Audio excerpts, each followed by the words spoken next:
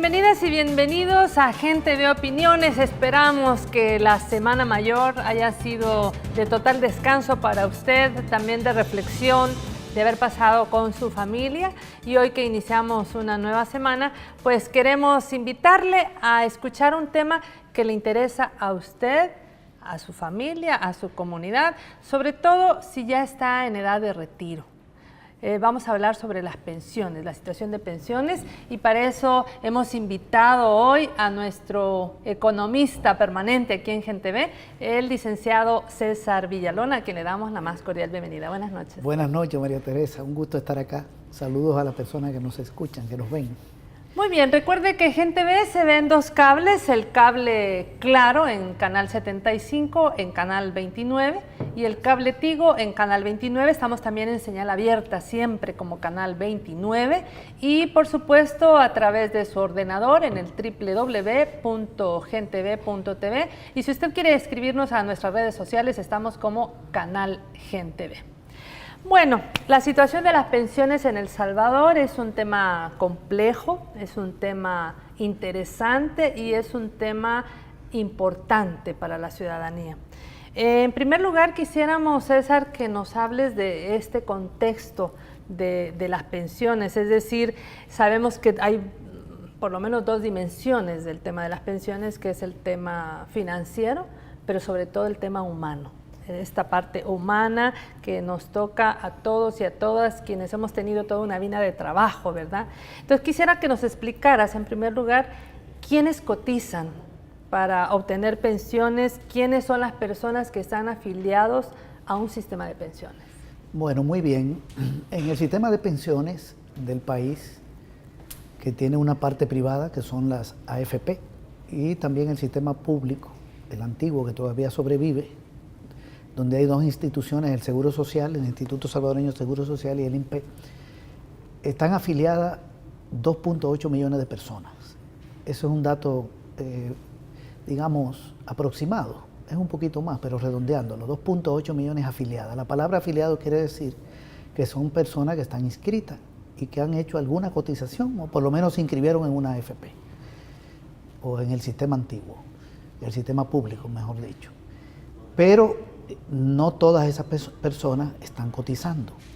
Las que están cotizando son alrededor de 680,000, un poquito menos, más o menos. Por ahí anda la cantidad de personas que cotizan. Cuando decimos cotizan es que están aportando una parte de su salario y el patrón, que puede ser el dueño de una empresa o una institución del Estado, aporta la otra parte y ese fondo va a la AFP o va al sistema público, que es el aporte que hace para cuando esa persona se vaya a jubilar. Pero ¿por qué, si estamos hablando de 2.8 millones de personas, estamos hablando de que solo cotizan 680,000, que más o menos sería el 23%? ¿Por qué es tan bajo este número? Sí, lo que pasa es que las AFP, lo que dicen algunos estudios, como el de Fundahungo, es que las AFP han hecho una buena labor de mercadeo para afiliar personas, pero las características del mercado laboral no dan para que muchas personas coticen. Hay un problema ahí, y es que mucha gente que trabaja en el país no tiene empleo fijo. Hay más de 800,000 personas que son trabajadoras por cuenta propia. Otra parte de la población trabaja en micro y pequeñas empresas y no tiene un salario que le permita, o mejor dicho, a través de su salario no está cotizando. Entonces una cosa es afiliarse y otra cosa es poder cotizar. La población económicamente activa, que anda más o menos cerca de los 2.8 millones, incluye dos tipos de población, la empleada y la desempleada. Bueno, la desempleada se puede afiliar a una AFP, pero difícilmente esté cotizando. Y la empleada se divide en dos, la que tiene empleo permanente y la que tiene empleo temporal. Y la que tiene empleo temporal, que es subempleo, es casi igual que la que tiene empleo permanente, o en algunos años es hasta mayor. Entonces esa población no puede cotizar de manera permanente. Tiene que ver con la característica del mercado laboral. Imagínate una persona que es dueña de una sastrería o que trabaja en una sastrería chiquita, una microempresa que es informal. Esa persona difícilmente esté aportando de su salario, o el dueño aportando para la AFP o el sistema público de pensiones. Entonces tenemos una puede ser desproporción. Que tuvo un empleo, se afilió, pagó, pero de repente puede ser pasaron 3 meses y ya está desempleado, entonces ya no cotiza. También, si pierde el empleo, difícilmente mantenga la cotización. Entonces, como tú decías, es el 23% de la población afiliada la que realmente cotiza. Incluso hay un dato de un estudio de una ONG que se llama Fundabungo que establece que más del 20% no ha hecho nunca una cotización. De esos 2.8 millones. Solo se afilió, pero no ha cotizado. Y el 60% ha hecho cotizaciones más o menos equivalentes al 40% de lo que debería haber cotizado. Solo el 5% tiene cotizaciones como permanentes. Entonces ese es un problema, porque eso quiere decir que la mayor parte de la población económicamente activa del país no podrá jubilarse, de acuerdo a las características que tiene ese sistema. No es nada nuevo. Esto es un problema histórico. Vamos a seguir desmenuzando poco a poco para entender esta situación de las pensiones con otra pregunta y que tiene que ver con los montos de las pensiones, o sea, ¿cómo se calculan estos montos de las pensiones? Sí, bueno, eso ha tenido cambio. Antes se calculaba, antes de que surgieran las AFP, se calculaba un salario promedio de los últimos 3 años de la persona que se jubilaba. Y sobre eso le daban el 100% en el sistema privado y en el sistema público le daban un 80%. Eso se cambió y ahora se calcula el salario de los últimos 10 años en el sistema privado y en el sistema público el cálculo es más complicado. Se agarran los últimos 10 años y se agarran el año 10, 9 y 8, se saca un promedio salarial, se multiplica por 1.75 durante 7 años y da un promedio. Entonces, cuando se pasó a la privatización, la forma de cálculo afectó a la persona que cotiza. Ese es el porcentaje. Ahora bien, ¿cuáles son los promedios de pensiones que hay en el país? Tú hablabas de pensión baja, correcto. $560 más o menos es la pensión promedia en el país. Promedio, hay alguna más alta, pero hay otra más chiquita. Mensual, por vejez. En el caso de invalidez, anda por los $238. En el caso de viudez, anda por los $158. Todavía más pequeña. Eso quiere decir que son pensiones que no alcanzan para tener una vida digna. Porque una persona que tiene una pensión de $300 mensuales, $250, $400, difícilmente pueda cubrir sus necesidades. ¿Y esto es por el tiempo que la persona vive? O, digamos, se jubila y dice, bueno, vamos a darle a esta persona un promedio de 10 años de pensión hasta que se le termina lo que tiene en la AFP o cuánto tiempo. Sí, hasta se establece una pensión y si en 5 años se agota el fondo, entonces esa persona ya tiene que caer en la pensión mínima del Estado, que por cierto es muy chiquita, son $207, aunque era menor. Antes del primer gobierno del FMLN estaba en eran como 140. $143. Fue elevada a 207. Hay un aumento importante, pero en términos absolutos sigue siendo una pensión pequeña. Pero la pensión promedio es muy baja porque en el país, primero los salarios no son buenos. El salario promedio del país está en $303. Ese es el salario promedio. Para los hombres supera los 330. Y para las mujeres anda por $275, $76, porque las mujeres tienen salario más bajo. En un país con un salario promedio de $303, según la encuesta de hogares de propósito múltiple del 2013, que es el último dato que yo tengo, es muy difícil que una persona pueda tener una pensión buena, porque a salario bajo, poca cotización y poca pensión. El fondo no alcanza para mucho tiempo. Lo otro es que también hay un problema con la rentabilidad de los fondos que manejan las AFP. El dinero de las pensiones, mejor dicho, el dinero de las cotizaciones de las personas, sobre todo en las AFP, se está utilizando para prestarle al gobierno a una tasa de interés muy baja. A ver, antes de entrar a esa parte, digamos que la parte humana, ¿verdad? La edad de la gente, que la pensión es baja, el tema también del desempleo o el empleo por cuenta propia afecta, pero también estamos con el tema económico, ¿verdad? Que entendemos que a partir del año 96 que se obliga a las personas a afiliarse a una AFP, porque antes estaba el INPEP y estaba el Seguro Social. Entonces, desde ese momento hubo un nuevo cálculo de la pensión, pero también se le obligó al empleado, entiendo yo, público y privado, ¿verdad?, a afiliarse a una prestadora de servicios. Sí, el cambio fue así. En el año 96 se aprobó una ley que le dio vida a las administradoras de pensiones privadas, que son las AFP, pero comenzaron a funcionar en el año 98. Ahí se inicia. Antes de que surgieran las AFP, el sistema que había consistía en que las personas cotizaban en el Seguro Social si trabajaban en el sector privado o cotizaban en el INPE si trabajaban en el sector público. Eran los dos sistemas. Hay otro de las Fuerzas Armadas, pero que tiene otra característica. Estos eran los dos sistemas. Y ese dinero iba a un fondo común que lo utilizaban el Seguro Social y el INPE para pagarle las pensiones a las personas que se jubilaban. Se puede decir que la persona joven contribuía con la pensión de la persona que ya estaba abandonando su edad laboral. Una persona joven cotizaba, pero no tenía una cuenta individual, sino que se administraba todo ese dinero y se pagaban pensiones. Y esas dos instituciones también utilizaban una parte del dinero para cubrir su gasto administrativo. Y la parte que les sobraba, o sea, cubrían gasto administrativo, pagaban pensión, y la parte que les sobraba le llaman reservas técnicas. La prestaban a una tasa de interés para proyectos de cualquier tipo, podía ser al sector público, podía ser al sector privado. Y con las utilidades, con los intereses de esos préstamos, aumentaba el fondo. Ese era el sistema antiguo. ¿Qué sucede? ¿Qué pasó con esa reserva técnica? Crean las AFP y obligan a las personas de menos de 36 años, todas las personas que tenían, hasta 36 años, tenían que salir del sistema público hacia el sistema privado de las AFP. O sea que si yo trabajaba en el gobierno pero tenía 30 años, tenía que trasladarme a una AFP.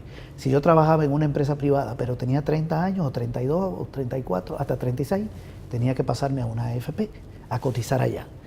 Y quedaban en el sistema público las personas que iban de 36 a 50 en el caso de las mujeres, o hasta 55 en el caso de los hombres. Y tenían que quedarse obligatoriamente en el sistema antiguo las mujeres de más de 50 y los hombres de más de 55. ¿Qué fue lo que hicieron? Que trasladaron la mayor parte de la población laboral a cotizar a las AFP y le dejaron al sistema público poca gente cotizando. Porque además la mayoría de la población que podía optar por cualquiera de los dos sistemas se pasó a las AFP. Entonces el sistema público comenzó a perder cotización y las AFP comenzaron a agarrar cotizaciones. Pero al sistema público le dejaron la persona de más edad. Ese sistema comenzaba... Mucho pensionado y poco dinero. Y poco dinero. El sistema público, para decirlo de manera como, no sé, sencilla, jubilados y jubiladas, pero no reciben mucha cotización. Y las AFP reciben mucha cotización y no paren jubilados porque agarraron a la población joven. Claro. Tenían que pasar 10, 15 años para que comenzaran a pagar las primeras pensiones. Bien, entonces ahí hay un debilitamiento del sistema público y hay un fortalecimiento de un sistema privado que va a administrar el dinero de la mayoría de la población cotizante. Para colmo, como ya dijimos, se cambió la forma de cálculo de la pensión en perjuicio de la gente y también se hicieron otros cambios que fueron muy negativos. Por ejemplo, antes una persona se jubilaba, si era mujer, cuando tenía 55 años trabajando, de edad, y 15 trabajando. Y el hombre, 60 y 15 trabajando. Cuando viene la privatización, ese requisito se sube a 25 años. Se queda el de edad en 55 y 60, mujeres y hombres, pero la edad laboral sube a 25. Y podía ser también que una persona se retirara si tenía 30 años laborando, y no había cumplido los 55 las mujeres, o 60 los hombres, pero 30 laborando. Ese es el cambio. En el 98. En el 2006 hay otro cambio. Ya no valen los 30 años laborando. Puedes laborar 30 años, pero si no tienes los 55 como mujer no te jubilas, o 60 como hombre no te jubilas. O sea, que lo que vale prácticamente es la edad de la persona. La edad laboral, la edad de la persona, como tú dices, no los años trabajando. O sea que esta privatización endureció los requisitos afectó el salario, afectó al sistema público y benefició a las AFP, porque es la que comienza a captar cotización de la mayoría de la población. A ver, pero hablemos un poquito de la reserva técnica que existía. En el Seguro Social, uno de los casos más sonados fue la corrupción con este señor Majano, ¿verdad? Que ahí había un dinero que eran miles bueno, en esa época eran colones, pero eran miles de dólares. Millones. Millones de No, dólares. millones de dólares. Entonces, me imagino que eso fue también bajando la reserva del Estado. ¿Qué pasa ahí con ese dinero que, digamos, se esfumó de las arcas del Estado? Ese es un caso increíble de corrupción. Importante lo que has tocado. Fíjate que cuando surgen las AFP en el 98, se supone que el Seguro Social y el INPE le iban a trasladar los fondos, o sea, la reserva técnica, a las AFP, porque la gente se pasó a cotizar allá. Bien, se suponía que la reserva técnica eran 7.700 y pico de millones de dólares, no de colones, sino de dólares, 7.700 y pico de millones. Pero resulta que le trasladaron alrededor de 360 millones, más o menos. Creo que un poco menos, 340, 350 millones de dólares. ¿Qué pasó con el resto del dinero? Bueno, yo espero que algún día eso se investigue, porque parece que ese dinero lo utilizaron los gobiernos del PCN. Hay que aclarar que el Seguro Social se inició en el 69, gobierno del PCN, y el INPE en el 75, gobierno del PCN. Luego del PCN vino la primera junta de gobierno, la segunda junta, la tercera junta, el gobierno de Magaña, el gobierno de Duarte, el gobierno de Cristiani y el de Calderón Sol, de Arena. Y es en el de Calderón Sol que surgen las AFP. Ya Arena tenía 9 años gobernando, desde el 89. Esos gobiernos que he mencionado utilizaron parte de esas reservas técnicas para financiarse campañas electorales, parece, y para enriquecer a funcionarios públicos y posiblemente a empresarios privados. La cuestión es que ese dinero no aparece y las reservas técnicas no eran 7.700 millones, sino 300 y tanto. Eso fue lo que le trasladaron a las AFP. En este caso el problema no es de las AFP, ¿verdad? Es un problema de un sistema público donde hubo corrupción. Tú mencionaste el caso de Majano, fueron más de 4 millones de dólares, pero incluso después de eso ha seguido habiendo corrupción en el Seguro Social. Está el caso que el anterior presidente de la Corte de Cuentas sacó de la Vilma de Escobar, que ya no se puede investigar porque prescribió, eso es lo que dicen, donde hubo mal manejo de fondos en el Seguro Social por 17 millones de dólares. Eso para mencionar solo algunos casos. Majano no se sabe dónde está. Hubo un robo de más de 4 millones. Entonces, se utilizaron esas reservas técnicas de manera ilegal, hubo corrupción y las AFP arrancan con una reserva técnica pequeña porque es lo que le traslada el sistema público.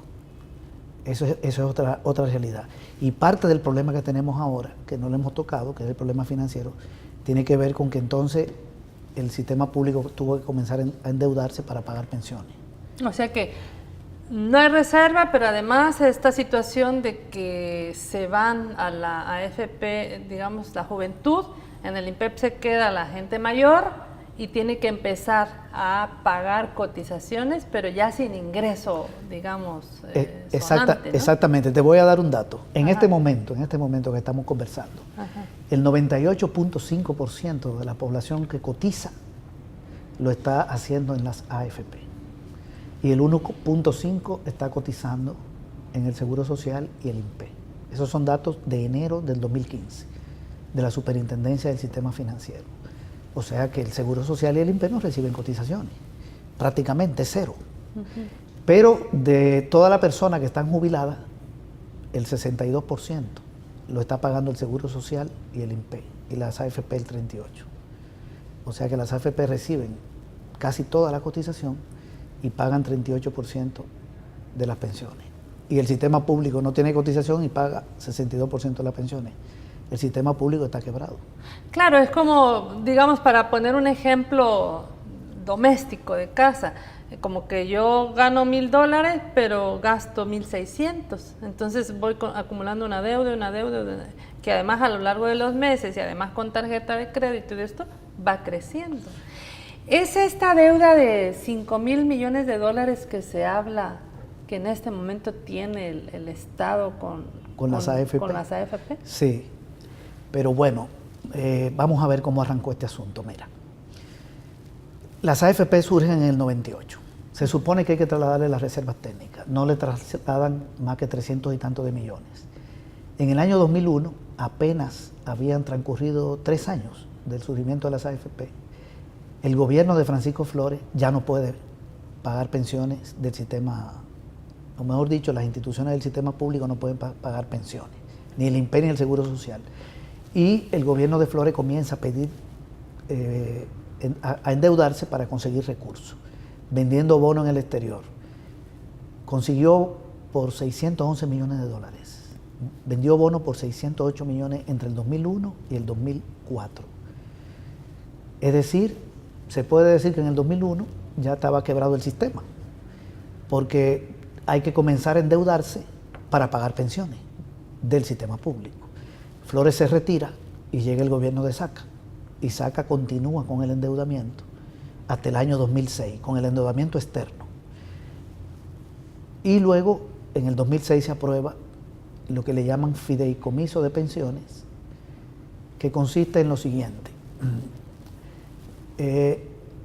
El gobierno emite certificados, los compran las AFP por tantos millones de dólares, son documentos legales, y las AFP le pasan ese dinero al gobierno a través del Banco Multisectorial de Inversiones, que es una banca pública, de ahí va a Hacienda, y con ese dinero se pagan las pensiones. Es decir, continúa el endeudamiento, pero ahora no vendiendo bonos a empresas privadas y en el exterior, sino agarrando el dinero de las AFP. Las AFP comienzan a prestarle al Seguro Social y al INPE para que paguen pensiones.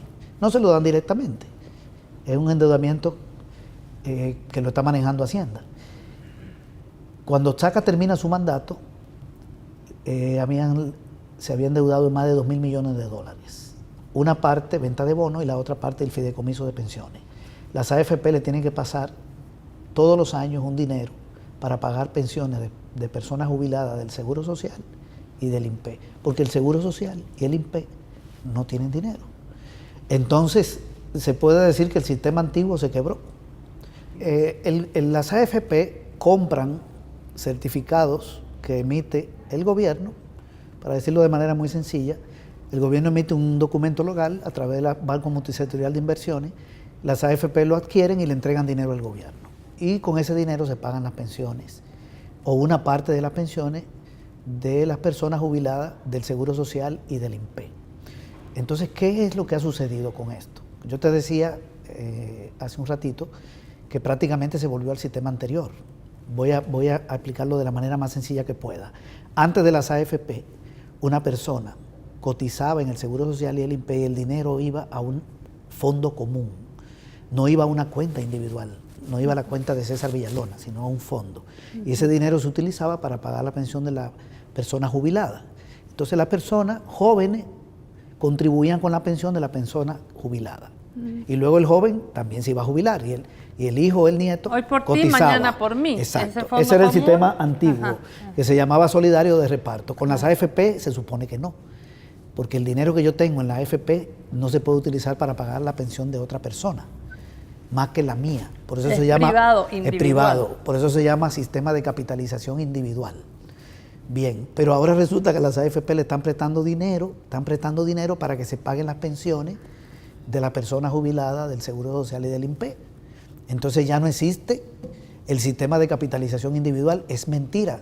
Eso terminó en el año 2006.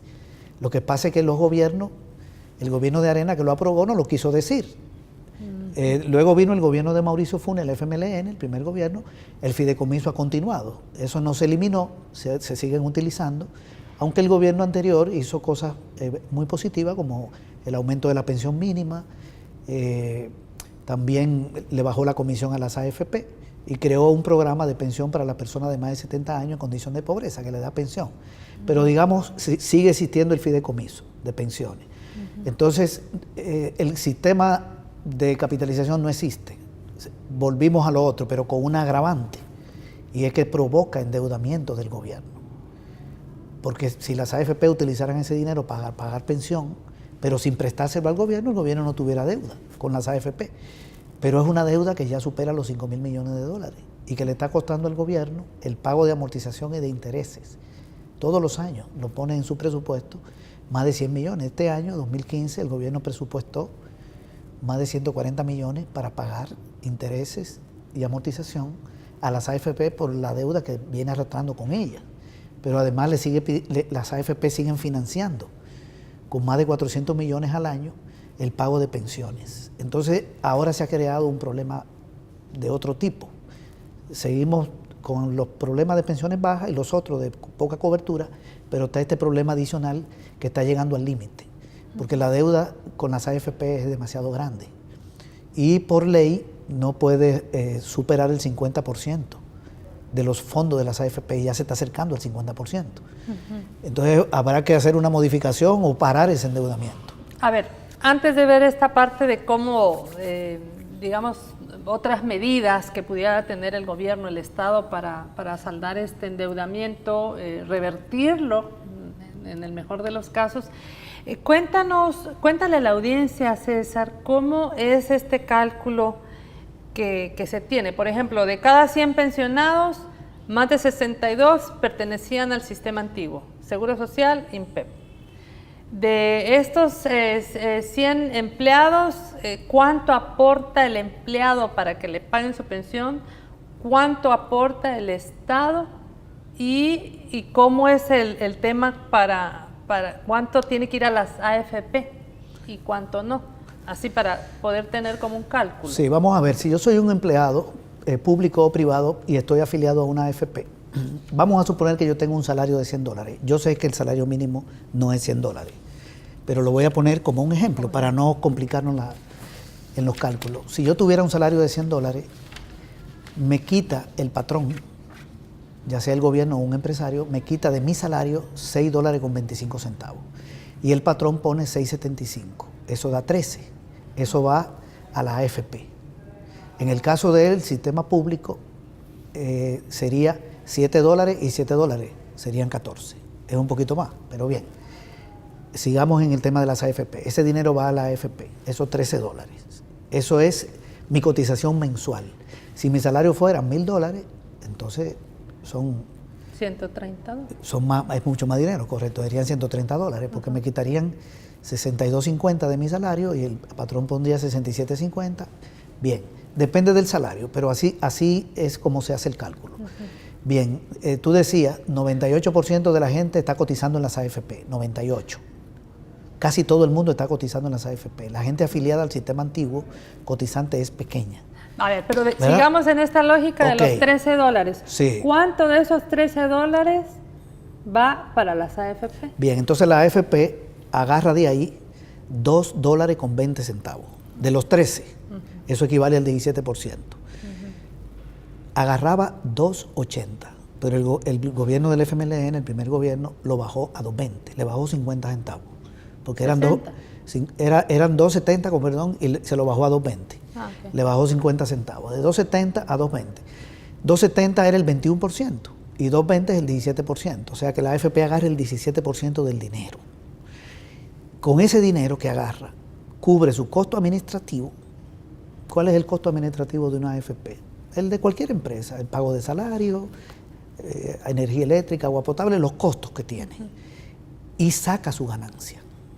Y el resto del dinero que queda es el que pertenece a la persona que cotiza. Ajá, que en esta lógica, si son $13, van $2.20 para la AFP, le tocarían $10.80 a la persona, al empleado. Ok, ese dinero es mío, ¿verdad? Y el otro lo agarra la AFP y agarra de ahí su ganancia. Este es un punto importante, porque la AFP no tiene riesgo en el tema de la ganancia, sino que porque la tiene desde que agarra el 17%, asegurado, de que agarra el 17% del fondo mío, que son $2.20 por $100, digamos, o por $13, el cálculo que hicimos.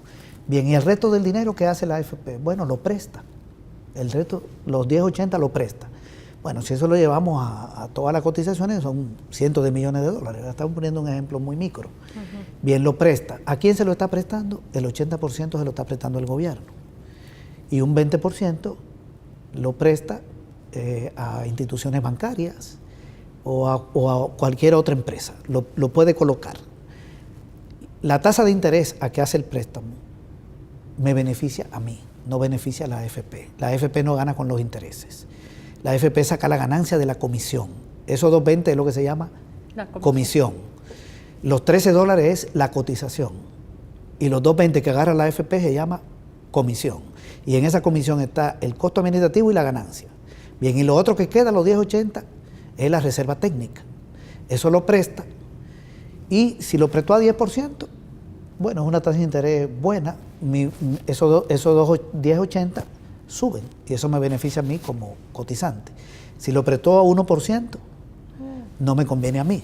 Pero a la AFP le da igual prestarlo a 10 que a 1. No tiene ningún interés en buscarle a ese dinero una colocación que le dé rentabilidad. Claro, porque ese no es gana el con dinero ella. del empleado. Es el empleado. ¿Qué le importa? ¿Qué le importa a ella? Por eso es tan perverso ese sistema. No tiene ningún sentido, no tiene racionalidad económica. Más que para la AFP. Para la AFP tiene racionalidad económica. Si yo fuera dueño de una AFP, obviamente yo no me preocupo por andar buscando cómo coloco ese dinero a 20% para que se beneficie el cotizante. Ese no es mi problema. Yo se lo presto al gobierno, a quien sea, al interés que sea. Salgo de él rápido. O sea que la AFP no pierde por el fideicomiso. Le está prestando al gobierno a un interés bajo y eso afecta a la población cotizante. Para hablar siempre en montos, en dinero, la AFP, ¿cuánta ganancia tuvo en el año 2014? $20 millones se ganaron las dos. 20 millones. Sí, si nosotros sacamos la ganancia desde que surgieron en el 98 hasta hoy, se han ganado más de $200 millones. Por administrar los fondos de la gente que cotiza, que lo podría administrar, a mi juicio, una institución pública sin fines de lucro, solo cubriendo el gasto administrativo. Si una institución no tuviera ganancia, administrar ese dinero y no tuviera ganancia, cubriendo el gasto administrativo sin pérdida, esos 20 millones fuera de la gente. Claro, cotiza. Porque por ejemplo, si uno cotiza, yo cotizo en una cooperativa, no, de verdad cotizo en una cooperativa. Entonces, si alguna persona que integra la cooperativa pide prestado, se le presta un interés. Entonces, esa ganancia de interés va para el fondo común. Entonces, al final del año, entre más préstamos hizo la cooperativa, más beneficiados salimos cada uno de nosotros. Así es. Que eso no ocurre entonces con las AFP. No, porque la cooperativa es de todos los socios y las socias. La AFP es de un grupo de empresarios y la gente que trabaja ahí son sus empleados. La AFP tiene fin de lucro personal de los dueños. Por cierto, Confía, hay dos AFP. Confía era del Banco Cuscatlán, cuyo principal accionista era Alfredo Cristiani, y del Banco Mundial. Y Crecer, que es la otra, era del Banco Agrícola Comercial y del Banco Salvadoreño, o sea, de la familia Baldocchi Dueña y Simán. Así funcionaron hasta el año 2007-2008, cuando las vendieron. Aunque estos empresarios siguen siendo accionistas, ellos se lo vendieron cuando vendieron los bancos. Vendieron los bancos, las AFP y las empresas de seguro por $2.800 millones al capital extranjero, aunque son socios minoritarios todavía de esos bancos y de esas empresas, incluyendo las AFP, son socios chiquitos. ¿Crecer era del Banco Agrícola Comercial y de quién? Y del Banco Salvadoreño, que fue cambiando de nombre a HSBC, ahora se llama Da Vivienda. Y el Agrícola todavía se llama así, y el otro es el Cucatlán, que hoy se llama City. Es decir, es un negocio privado. Le quitaron al Estado la administración de los fondos, de una parte de los fondos, sobre todo la población joven, con fines de lucro de los dueños de las AFP. Una AFP administra un dinero mío y tiene ganancia. Una institución del Estado administra el fondo mío y no tiene por qué tener ganancia. Entonces, a mí me parecería mejor un sistema público.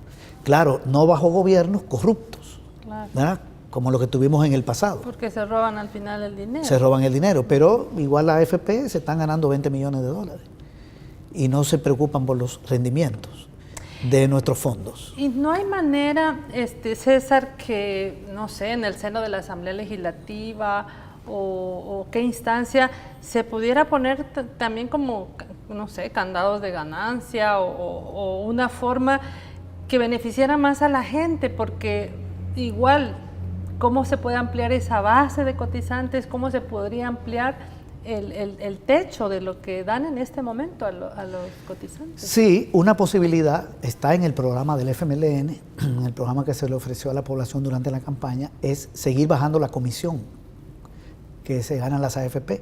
Yo te decía, se quedaban con 2.80, luego se bajó a 2.20, eso se puede bajar todavía a 1.70, pero afecta su ganancia. Claro, ahí vendría una gran protesta de los dueños de las AFP, de los directivos de la ANED, del sector de la gran empresa, sobre todo.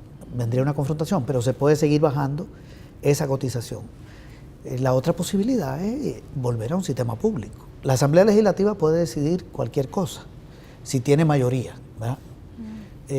Y para ampliar la base de cotizantes hay que hacer muchas cosas, que yo creo que la podemos ver más adelante, de cuál podría ser una propuesta. Pero yo te quería decir una última cosita sobre las AFP.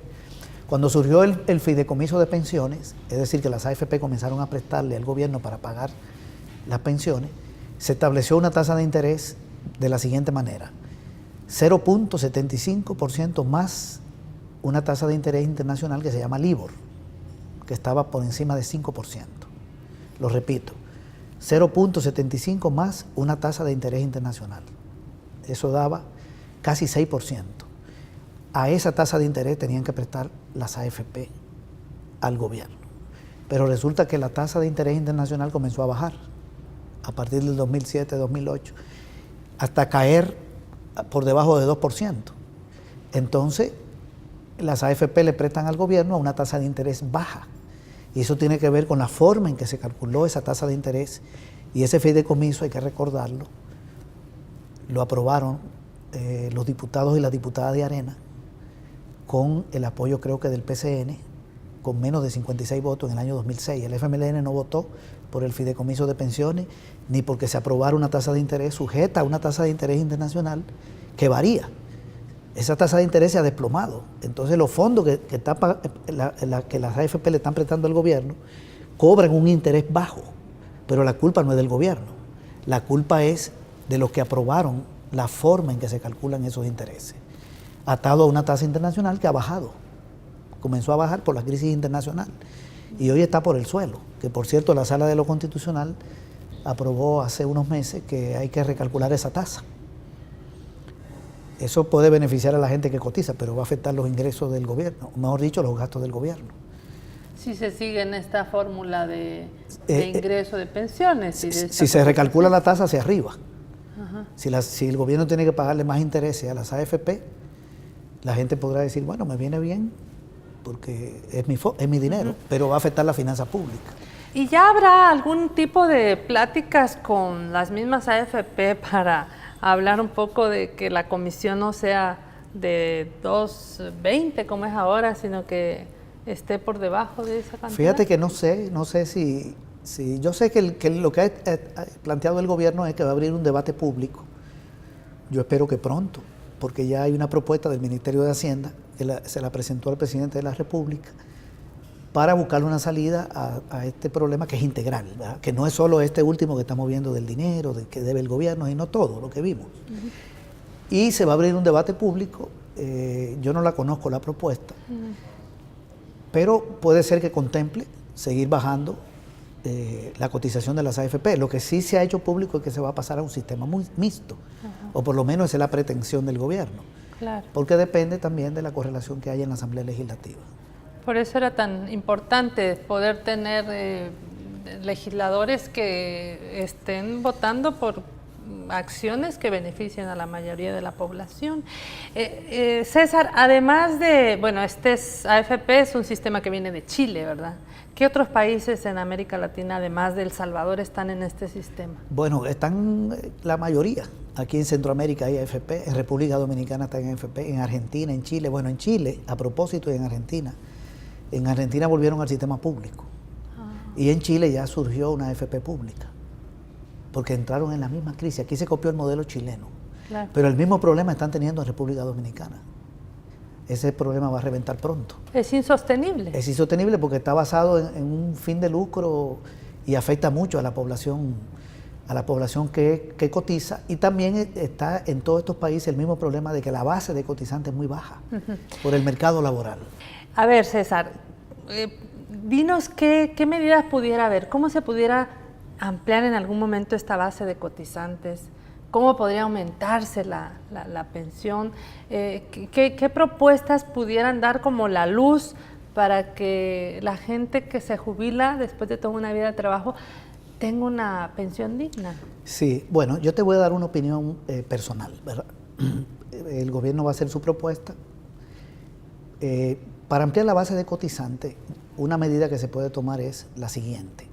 Una gran cantidad de personas trabajan en lo que le llaman sector informal de la economía, que son micro y pequeñas empresas. Por ejemplo, una sastrería que tiene un dueño y trabajan 3 personas con él. Bien, ahí se paga un salario muy bajo. Se podría hacer una labor para que las personas que trabajan ahí con ese salario pongan una parte de su salario para la cotización. Habría que hacer una labor de convencimiento y que la otra parte no la ponga el patrón, porque es una microempresa que tiene utilidades muy chiquitas. La otra parte la podría poner el Estado.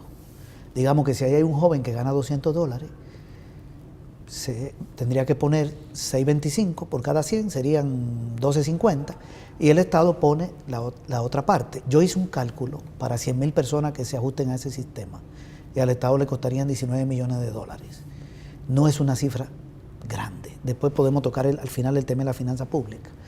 Esa es una medida. Es mucha la gente que podría comenzar a cotizar, que ya están afiliadas. Tenemos 800.000 personas que trabajan por cuenta propia. Se podría establecer un sistema un poco parecido, o una labor de convencimiento de que de sus ingresos, esa población, cuando decimos por cuenta propia, es personas que no emplean a nadie, ni son empleadas de nadie, sino que trabajan solas, que coticen una parte de sus ingresos, porque al final podrían tener derecho a una pensión, y cuando se le acaben los fondos tendrían derecho a la pensión mínima del Estado. Pero eso pasa por una labor, como decía una compañera de Fundabungo, como cultura de cotización, algo así utilizaba ella, para incorporar a ese sector y que el Estado haga de patrón en algunos casos. Los dueños de las microempresas, que son patrones o patronas chiquitas, pequeños empresarios, pequeñas empresarias, podrían poner de sus utilidades también una parte. Ese es un trabajo que hay que hacer ahí. Pero lo más importante me parece que es cuando el Estado pone la contraparte. Incluso a quienes trabajan por cuenta propia se les puede pedir que se asocien en cooperativas, ¿verdad? Para ir fomentando el cooperativismo y que el Estado haga de patrón. Pero, por ejemplo, la gran empresa, ¿qué podría hacer? ¿Podría mejorar tal vez salarios? Sí, no pero para ampliar la base. Okay, en el caso de la gran empresa, hay que exigirle a las grandes y medianas que les den contratos de trabajo a la población que trabaja, porque resulta que aquí hay personas que trabajan en grandes empresas, digamos un gran almacén tal, muy famoso, pero cuando tú le preguntas a esa persona que trabaja ahí si tiene contrato, te puede decir que no tiene contrato, sino que trabaja por comisiones sobre venta. Hay mucha gente que trabaja en el sector privado de la gran empresa que no tiene contrato, por lo tanto no le descuentan para las pensiones, no están cotizando, la pueden tener afiliada. Entonces el Ministerio del Trabajo tiene que hacer una labor de supervisión fuerte para garantizar que esa población cotice. Lo otro es que muchas empresas privadas grandes le descuentan a la persona, pero no envían el dinero a la AFP, ni lo envían al INPEC, al Seguro Social. El anterior director del Seguro Social durante el gobierno de Funes dijo que le debían al Seguro Social $98 millones, más de 40.000 empresas, la mayoría de las cuales ya ni existe, una deuda acumulada durante muchos años. Entonces, aquí hay empresarios que están violando los derechos laborales, ni dan contrato y esa persona está fuera del sistema aunque trabaja, ni envían los fondos. Eso hay que exigirlo, eso pasa por un trabajo del ministerio. Bien, eso como para ampliar la cobertura. Esto lo puede revisar el Ministerio de Trabajo, sí, para ver qué empresas realmente mandan la cotización. Exactamente, tiene que haber una labor de supervisión fuerte ahí y sanciones fuertes. Para mejorar las pensiones, yo plantearía un aumento de la pensión mínima, que hoy está en $207, se puede subir a 300, que es el salario mínimo en el Estado. Eso le cuesta dinero al gobierno, pero en 3 años eso le costaría al gobierno algunos $25 millones. También hicimos un cálculo. No es una cifra inmanejable para un Estado que maneja un presupuesto de 4.800 millones. para tener un poco mejor pensión. También hay que mejorar los salarios. El salario mínimo en el campo está en $118. Una persona no puede vivir con eso. En el sector público está en 300, en la maquila está en 241, en el resto de la industria en 260 y pico, y en el sector comercio y servicio 270 y pico. Entonces hay que subir los salarios mínimos, ojalá que se puedan subir todos al mínimo del Estado que está en 300, pero además igualar los salarios entre hombres y mujeres, porque la diferencia salarial implica pensiones más bajas para las mujeres, hay que homologar los salarios. No es justo que las mujeres ganen el 82% de lo que gana un hombre, que eso es lo que establece la encuesta de hogares. Por el mismo trabajo. Por el mismo trabajo. Bien, lo otro es que yo creo que el plan de pensión básica universal que inició el gobierno de Funes y el FMLN, aquel programa que consiste en una pensión a la población de más de 70 años que está en condición de pobreza, no a todas, en una parte, son 32,000 personas. Se le están entregando $50 cada 2 meses. Bien, ese programa se puede ampliar a más de 100,000. Yo hacía un cálculo, si se llevara a 105,000 personas, al Estado le costaría más de 30 millones adicionales. Y también se podría ampliar a 8 meses, porque se le está dando por 6 meses al año, se podría ampliar a 8 meses. Eso ayudaría a la población pobre, que recibiría esta pensión que se llama técnicamente pensión no retributiva, ese es el concepto, porque son personas que trabajaron toda la vida, porque todo el mundo trabaja, y siguen trabajando, porque una persona de 70 años trabaja en el hogar, etcétera, pero que no cotizaron, y entonces tienen derecho a una pensión, porque es un derecho humano, el Estado puede cargar con eso. Bien, eso para mejorar las pensiones, hay que mejorar el salario, pensión mínima, etcétera. Y lo otro para el problema financiero.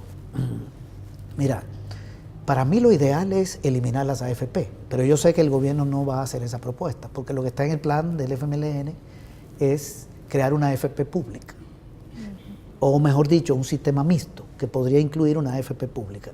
Que ya lo hizo Argentina. Chile. Está, sí, entonces, ¿qué podría hacerse?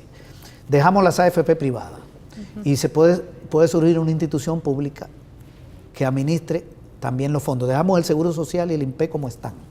Ya, porque esas instituciones están pagando las pensiones de las personas jubiladas. Ok. Y hay que correr hacia una AFP pública a una parte de las personas que hoy cotizan en la AFP privada.